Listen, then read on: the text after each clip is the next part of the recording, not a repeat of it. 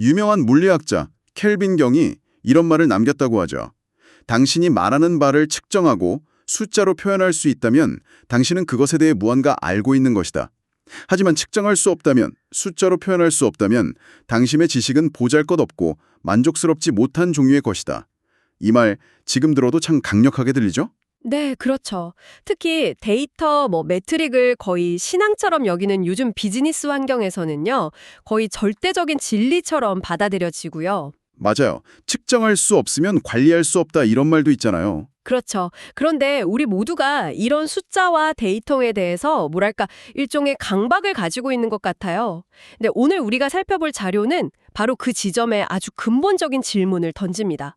정말 그럴까요? 측정만 잘하면 모든 게 해결될까요? 오늘 저희가 함께 깊이 파고들 자료가 바로 그 질문에 대한 답을 담고 있습니다. 소프트웨어 개발의 거장 제럴드 와인버그가 쓴 소프트웨어 품질 관리, 즉 QSM 시리즈 중 한 권인 소프트웨어 시스템을 관찰하는 법의 서문인데요. 아, 그 유명한 QSM 시리즈군요. 네, 이 시리즈가 정말 방대하더라고요. 원래 페이퍼백으로는 총 4권짜리였는데 지금은 전자책으로 무려 9권까지 나왔다고 합니다. 와, 9건이요? 네, 오늘 다룰 내용은 그중 두 번째 파트의 첫 번째 책에 해당하는 서문입니다. 우리의 임무는 이 서문을 통해서 왜 그토록 많은 소프트웨어 조직이 그 측정이라는 도구에 배신당하는지, 그리고 숫자에 앞서서 진정으로 중요한 것을 관찰한다는 게 대체 무엇을 의미하는지 그 실마리를 찾아보는 겁니다. 와인버그가 또 다른 천재 존 폰 노이만의 말을 빌려서 이렇게 경고하는데요.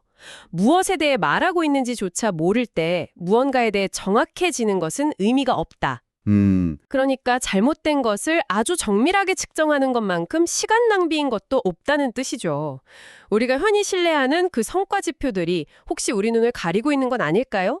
오늘 그 문제를 한번 제대로 들여다보겠습니다. 켈빈 경의 말이 정말 강력하긴 한데 현실을 보면요. 수많은 데이터와 측정 도구가 있음에도 불구하고 소프트웨어 프로젝트 실패율이 엄청나다고 하죠. 네, 맞습니다. 케이퍼스 존스나 톰 디마르코 같은 업계의 저명한 컨설턴트들도 다 동의하는 바에 따르면 대규모 소프트웨어 프로젝트 10개 중에 무려 3개가 완전히 실패로 끝난다고 합니다. 30%라니? 네, 30%요. 켈빈 경의 말과 이 현실 사이의 간극이 너무 큰데요. 도대체 어디서부터 잘못된 걸까요? 와인버그는 바로 그 지점을 아주 통찰력 있는 우화로 설명합니다. 이 상황을 단번에 이해하게 해줄 트위들 쌍둥이 이야기인데요. 아, 그 이야기군요. 네, 15살 쌍둥이 남매, 덤과 디가 운전을 배우기 시작했어요. 누나 디는 10번 운전하는 동안 단 한 번의 사고도 없이 완벽한 기록을 세웠죠. 반면에 동생 덤은 똑같이 10번을 운전했는데 그 사이에 3번이나 사고를 냈습니다. 아, 잠깐만요. 10번 중에 3번이면 방금 말씀하신 소프트웨어 프로젝트 실패율 30%랑 정확히 똑같은 수치네요. 이거 의도적인 설정이겠죠? 아주 예리하시네요. 맞습니다. 당연히 어머니는 아들이 사람 잡기 전에 아버지한테 아들이랑 얘기 좀 해보라고 성화를 부렸죠.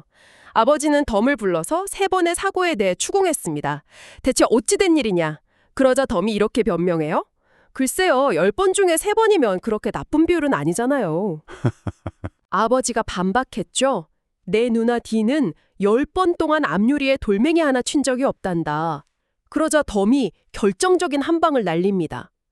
그건 그렇죠. 하지만 제가 누나보다 연비는 훨씬 좋아요.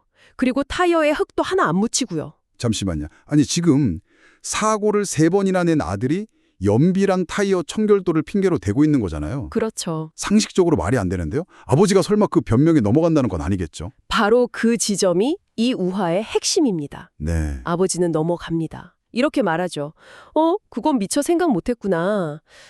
앞으로는 조심해서 운전하고 연비랑 청결은 계속 유지하렴. 세상에. 심지어 아무래도 네 누나 운전 습관에 대해선 내가 얘기를 좀 해봐야겠구나. 라면서 오히려 안전운전을 한 딸을 나무라로 갑니다. 와, 정말 어처구니가 없네요. 하지만 이 이야기가 그냥 웃어 넘길 수 없는 건 이 아버지가 바로 잘못된 측정에 빠진 수많은 소프트웨어 관리자의 모습과 정확히 겹쳐 보이기 때문이겠죠. 정확합니다. 가장 중요한 목표인 안전운전, 그러니까 프로젝트 성공이라는 본질은 놓쳐버리고 연비나 청결 같은 측정하기 쉬운 부차적인 지표에만 집착하는 거예요. 맞아요. 실패한 프로젝트의 관리자가 비록 우리 프로젝트는 실패했지만 저기 성공한 A팀보다 우리 팀의 코드 라인당 비용은 더 적었고 코드 라인당 결함수도 더 적었다. 라고 주장하는 모습이 눈에 선하네요. 아, 바로 그겁니다. 와인버그는 바로 이런 문제가 왜 발생하는지 설명하기 위해서 측정의 등급이라는 아주 유용한 개념을 제시해요. 그는 측정을 세 가지 등급으로 나누는데요. 가장 높은 단계는 3차 측정입니다. 이건 물리학자들이 우주의 보편 법칙을 찾기 위해 하는 아주 근본적인 측정이죠. 아, 연력학제의 일법칙 같은 거요? 네, 맞아요. 연구기관은 불가능하다 이런 걸 실험으로 증명하는 것과 같죠. 비즈니스 환경에서는 거의 쓰일 일이 없고요. 학문적인 영역의 측정이라는 말씀이시군요. 네, 그리고 대부분의 조직이 관심을 갖는 것이 바로 2차 측정입니다. 그게 뭔가요? 이건 시스템을 최적화하기 위한 정교한 측정이에요. 어떻게 하면 더 싸게, 더 빠르게, 더 효율적으로 만들 수 있을까? 시중에 나와 있는 대부분의 소프트웨어 측정 관련 서적들이 바로 이 2차 측정을 다루죠. 아, 그럼 아까 그 우화에서 아버지가 혹했던 연비나 청결이 바로 여기 해당하겠네요. 정확합니다. 바로 그거죠. 그렇다면 가장 낮은 단계는 무엇인가요? 그것이 바로 가장 중요하면서도 가장 무시당하는 1차 측정입니다. 이건 무언가를 만드는데 꼭 필요한 일단 되게 하는 수준의 측정이에요. 일단 되게 한다. 네. 어림짐작이나 경험 법칙, 대충 봉투 뒷면에 끄적여 보는 계산 같은 것들이죠. 시스템이 애초에 작동은 하는가, 우리 제품이 고객의 문제를 해결해 주기는 하는가 같은 근본적인 질문에 답하는 측정입니다. 아하, 그럼 트위들 쌍둥이 이야기에서는 사고를 내지 않는 것이라는 그 기본 전제에 해당하겠군요. 바로 그거죠. 그렇군요. 3차는 흥문, 2차는 최적화, 1차는 일단 되게 하기. 그러니까 와인버그의 핵심 주장은 프로젝트 10개 중 3개를 망가뜨리는 조직은 아직 1차 측정, 즉 사고 내지 않고 운전하는 법, 또 제대로 못 익힌 상태라는 거군요. 네, 맞습니다. 그런데 그런 조직이 2차 측정, 그러니까 연비를 최적화하겠다고 덤벼드는 건 순서가 틀렸을 뿐만 아니라 오히려 조직을 더 망가뜨린다는 거고요. 바로 그겁니다. 그런 조직에 수백만 달러짜리 2차 측정 프로그램을 도입하는 건 트위들덤에게 고급 연비운전 기술을 가르치면서 옆에서 사고 내는 건 눈 감아주는 아버지랑 똑같은 짓이에요. 결국 그 측정 프로그램도 실패로 돌아갈 수밖에 없겠네요. 그렇죠. 와인버그는 이런 환경을 측정을 위한 긍정적인 환경이 아니다 라고 아주 단호하게 말합니다. 그러면 이런 질문이 드네요. 1차 측정조차 실패하는 조직은 구체적으로 어떤 모습일까요? 일단 되게 하는 것조차 못하는 상황이라는 게 잘 상상이 안 가거든요. 좋은 질문입니다. 예를 들어서 버그 레포트가 계속 올라오는데 개발팀이 그 버그를 수정하는 속도보다 새로운 버그가 생기는 속도가 더 빠른 팀이 있다고 상상해 보세요. 어우, 생각만 해도 끔찍한데요. 그렇죠. 이 팀은 안정적인 제품이라는 1차 목표 달성에 실패하고 있는 겁니다. 그런데 관리자가 이 상황에서 우리 팀의 신규 기능 개발 속도는 업계 평균보다 15%나 빠르다고 자랑하고 있다면 그게 바로 1차 측정을 무시하고 2차 측정에 매몰된 경우죠. 고객은 지금 앱이 계속 멈춰서 화가 나 있는데 말이죠. 네, 아, 이제 확실히 이해가 되네요. 그렇다면 섣부른 2차 측정이 독이라는 건 알겠습니다. 해독제는 무엇일까요? 숫자를 버려야 한다면 우리는 무엇에 의지해야 하죠? 와인버그는 숫자를 버리라고 말하지 않습니다. 숫자를 제대로 사용하기 위해 그 이전에 먼저 갖춰야 할 능력이 있다고 말하죠. 그게 뭔가요? 그것이 바로 관찰 능력입니다. 그가 말하는 양질의 소프트웨어 관리를 위한 3가지 기본 능력 중 두 번째가 바로 이 책의 핵심 주제인데요. 무슨 일이 일어나고 있는지 관찰하고 그 의미를 이해하여 효과적으로 대응하는 능력, 바로 이것입니다. 측정 이전의 관찰이라. 와인버그는 이 관찰이라는 추상적인 과정을 어떻게 설명하나요? 아주 흥미로운 도구를 빌려옵니다. 바로 천재적인 가족 치료사였던 버지니아 사티어의 상호작용 모델입니다. 네, 가족 치료 모델이요? 네, 소프트웨어 관리책에서 갑자기 가족 치료 모델이 튀어나오니 좀 뜬금없죠? 네, 정말 독특한 접근인데요. 가족 관계랑 소프트웨어 개발이 어떻게 연결되는 거죠? 사티어의 모델은 예측 불가능하고 복잡하게 얽힌 가족 내의 상호작용을 이해하기 위해 만들어졌거든요. 와인버그는 소프트웨어 개발팀에서 일어나는 일들도 그에 못지않게 복잡하고 미묘한 인간 상호작용의 연속이라는 것을 간파한 거죠. 아, 이 모델이 그 복잡성을 헤쳐나갈 지도가 될 수 있다고 본 겁니다. 이 모델은 아주 간단한 다이어그램으로 표현할 수 있어요. 청취자 여러분도 머릿속으로 한번 그려보세요. 왼쪽에서 오른쪽으로 4개의 상자가 화살표로 연결된 모습입니다. 네, 알겠습니다. 각 단계는 우리 내면에서 일어나는 정보 처리 과정을 보여주는데요. 첫 번째 단계는 수용, 인테이크입니다. 세상으로부터 감각을 통해 정보를 받아들이는 과정이죠. 중요한 것은 이 과정이 결코 수동적이지 않다는 겁니다. 우리는 쏟아지는 정보 중에서 무엇을 받아들일지 끊임없이 선택하고 또 무시합니다. 모든 것을 다 볼 수는 없으니까요. 그쵸. 두 번째 단계는 의미 부여, meaning입니다. 수용한 정보에 나름의 의미를 붙이는 단계죠. 와인버그는 데이터 자체에는 아무런 의미가 없다고 강조합니다. 우리가 이것은 좋은 것, 저것은 나쁜 것이라고 해석하기 전까지는 그냥 의미 없는 신호일 뿐이라는 거죠. 그렇군요. 세 번째 단계는 중요성 판단, significance입니다. 수많은 데이터 패턴과 우리가 부여한 의미들 속에서 어떤 것에 우선순위를 둘지 결정하는 단계입니다. 이것이 없다면 우리는 사소한 정보의 홍수 속에서 길을 잃고 말 겁니다. 그리고 마지막 단계는요? 마지막 네 번째 단계는 반응, response입니다. 관리자는 수동적인 관찰자가 아니죠. 모든 관찰은 결국 미래의 어떤 행동으로 이어집니다. 행동이요. 네. 그 행동은 즉각적인 지시일 수도 있고 때로는 뭔가 이상한데 더 많은 데이터를 찾아봐야겠다와 같이 더 깊은 관찰을 위한 행동일 수도 있습니다. 수용, 의미 부여, 중요성 판단, 반응, 4단계로군요. 이 모델을 다시 트위들 쌍둥이 우화 속 아버지에게 적용해보면 그가 왜 그렇게 어처구니 없는 실수를 저질렀는지 훨씬 명확하게 분석할 수 있겠네요. 좋네요. 제가 한번 해볼까요? 아주 좋을 것 같습니다. 먼저 수용 단계. 아버지는 아들 덤이 말한 연비와 청결이라는 데이터는 적극적으로 수용했지만 이미 알고 있던 3번의 사고율이라는 훨씬 중요한 데이터는 사실상 무시해버렸습니다.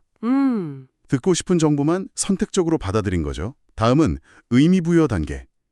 그는 높은 연비와 깨끗한 타이어라는 데이터에 좋은 운전 습관이라는 긍정적인 의미를 부여했습니다. 그렇죠. 반면 잦은 사고는 그냥 아직 미숙해서 그런 실수 정도로 그 의미를 축소해버렸고요. 의미 부여 단계에서부터 심각한 왜곡이 일어났군요. 네, 그리고 세 번째, 중요성 판단 단계에서는 안전이라는 핵심 가치보다 효율과 청결이라는 부차적인 가치에 더 큰 중요성을 두었습니다. 우선순위 판단에서 완전히 실패한 거죠. 맞습니다. 그리고 마지막 반응 단계에서 그 모든 오류가 합쳐져 최악의 결과로 나타납니다. 사고뭉치 아들은 칭찬하고 안전운전한 딸을 꾸짖으러 가는 잘못된 행동을 보인 겁니다. 정확한 지적입니다. 특히 마지막 반응 단계가 핵심이죠. 잘못된 관찰은 단순히 잘못된 결론에서 그치는 게 아니라 조직의 문화를 망가뜨리는 잘못된 행동으로 이어지니까요. 안전운전한 딸을 벌하는 것은 조직에 안전은 중요하지 않다는 메시지를 주는 최악의 인센티브 시스템입니다. 이 사티아 모델을 보니 예전에 제가 있던 팀이 떠오르네요. 어떤 팀이었나요? 당시에 우리는 코드 커밋 횟수를 개발자의 생산성 지표로 삼았거든요. 전형적이네요. 결과가 어땠을 것 같으세요? 다들 의미 없는 자잘한 수정사항들을 수십 개로 쪼개서 커밋만 늘리더군요. 수용한 데이터, 즉 커밋 횟수 그래프는 아주 예쁘게 우상향했지만 모두가 그 숫자에 부여한 의미가 완전히 왜곡됐던 거죠. 네. 결국 아무도 행복하지 않았고요. 정말 전형적인 사례네요. 바로 그런 상황을 막기 위해 와인버그가 이 모델을 제시한 겁니다. 어떤 측정값을 보고 성급하게 결론 내리기 전에 내 안에서 지금 어떤 정신적 과정이 일어나고 있는지를 먼저 성찰하라는 거죠. 좋은 관리자는 측정값에 즉시 반응하는 사람이 아니라 자신의 이 내면적 관찰 과정을 먼저 이해하고 점검하는 사람이라는 겁니다. 오늘 우리는 제럴드 와인버그의 날카로운 통찰을 통해 무조건적인 측정이 오히려 조직에 독이 될 수 있다는 사실을 배웠습니다. 특히 프로젝트 성공률이 낮은 조직, 즉 사고를 내지 않는 1차 측정 단계에서 허덕이는 조직이 효율성이나 최적화 같은 2차 측정에만 집착하는 것은 트위들 쌍둥이의 아버지와 같은 실수를 반복하는 것과 같다는 걸요. 맞습니다. 진정한 해결책은 숫자에 매몰되는 것이 아니라 한 걸음 물러서서 우리 자신이 어떻게 정보를 받아들이고 수용, 그것을 어떻게 해석하며 의미 부여, 무엇을 중요하게 여길지 우선순위를 정하고 중요성 판단, 그리고 그 결과 어떻게 행동할지 반응, 결정하는지 그 내면의 과정을 이해하는 것에서 출발합니다. 네. 버지니아 사티어의 상호작용 모델은 바로 이 성찰의 과정을 위한 훌륭한 나침반이 되어줄 수 있습니다. 자, 그럼 마지막으로 청취자 여러분이 한번 깊이 생각해 볼 질문을 던지며 마무리할까 합니다. 와인버그는 책에서 1차, 2차, 3차 측정 이전에 존재하는 가장 근본적인 관찰 행위로서 영차 측정, zeroth order measurement 라는 개념을 슬쩍 언급합니다. 영차 측정. 네, 모든 측정에 앞서 반드시 선행되어야 하는 그 무언가를 뜻하는 것 같은데요. 어쩌면 그것은 우리가 지금 무엇에 대해 이야기하고 있는가를 아는 것, 바로 폰노이만이 말했던 그 지점일지도 모르겠습니다. 그래서 오늘의 마지막 질문을 드리겠습니다. 만약 당신의 업무나 프로젝트에서 단 하나의 차트나 지표를 만들기 전에 반드시 먼저 관찰하고 이해해야만 하는 단 한 가지가 있다면 그것은 무엇일까요? 당신의 조직, 당신의 팀, 그리고 당신 자신에게 가장 중요한 영차 측정의 대상은 무엇입니까? 이 질문을 곱씹어 보시면서 오늘 나눈 이야기가 여러분의 일과 삶에 작은 영감을 줄 수 있기를 바랍니다.